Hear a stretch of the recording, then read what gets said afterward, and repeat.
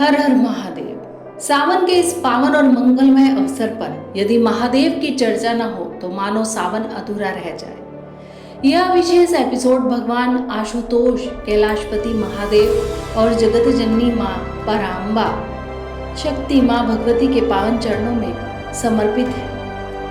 हमारे परमपिता भगवान शंकर को समर्पित है।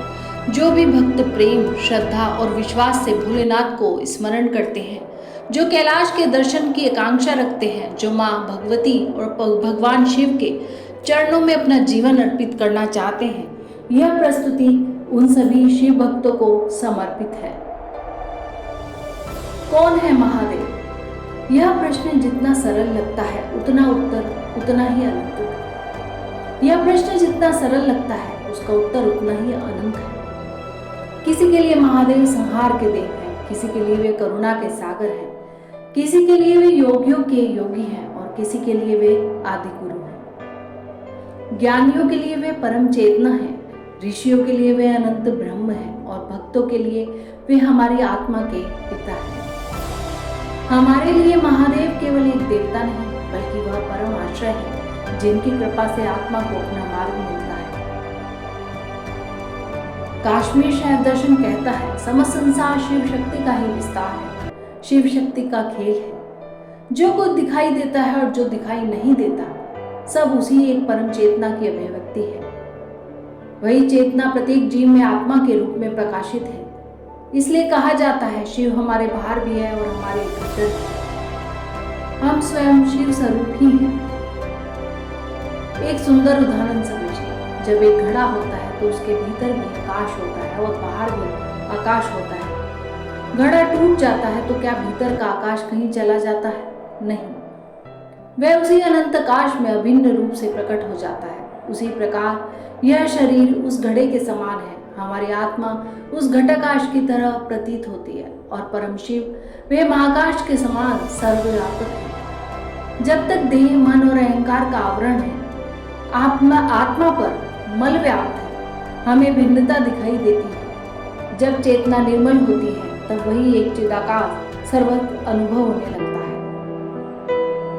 योगियों की साधना यही है, अपने शिव स्वरूप तक जाना।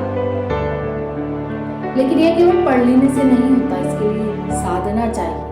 मन को संयमित करना पड़ता है, वासनाओं को शुद्ध करना पड़ता है, अपनी शक्ति को ऊपर की ओर जागृत करना पड़ता है, चेतना उदरगामी बनाना पड़ता है। जब चेतना शुद्ध होती है तब मनुष्य अपने भीतर के स्वरूप का अनुभव करते हैं। आदि शंकराचार्य के प्रसिद्ध निर्वाण षटकम में ये वर्णित है, चिदानंद स्वरूपम शिवोहम शिवोहम। इसका अर्थ यह नहीं कि हमारा व्यक्तिगत अहंकार ही भगवान बन गया। इसका अर्थ है, जब अहंकार, अज्ञान, सीमित पहचान मिटती है, हमारी आत्मा के मल मिटते हैं, तब शुद्ध चैतन्य का अनुभव होता है। यही आत्म साक्षात्कार है, यही अपने शिव स्वरूप को जानना, यही काश्मीर शहर दर्शन की प्रतिभिज्ञा है। वही शुद्ध चेतना शिव स्वरूप कही गई है। भक्ति कहती है मैं शिव का हूँ, ज्ञान कहता है मेरे भीतर वही शिव चैतन्य प्रकाशित है।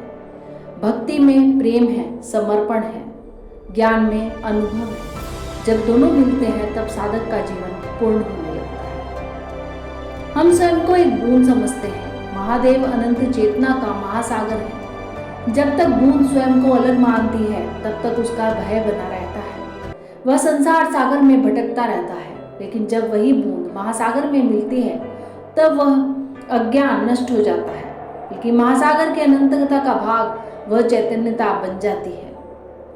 आइए सावन में केवल जल ही अर्पित न करें, अपने अहंकार को भी शिव के चरणों में समर्पित कर दें। अपने क्रोध, भय, लोभ और अशांति को भी भगवान को समर्पित करें और प्रार्थना करें, हे भोलेनाथ, हे परमपिता परमेश्वर, हमें ऐसा मन दीजिए जो आपकी ओर चले, ऐसी बुद्धि दीजिए जो सत्य को पहचाने, ऐसी वाणी दीजिए जो आपका गुणगान करे, ऐसा हृदय दीजिए जो केवल आपसे प्रेम करे, और ऐसी चेतना दीजिए जो अंततः अपने शिव स्वरूप का साक्षात्कार कर सके। हर हर महादेव, हर हर महादेव।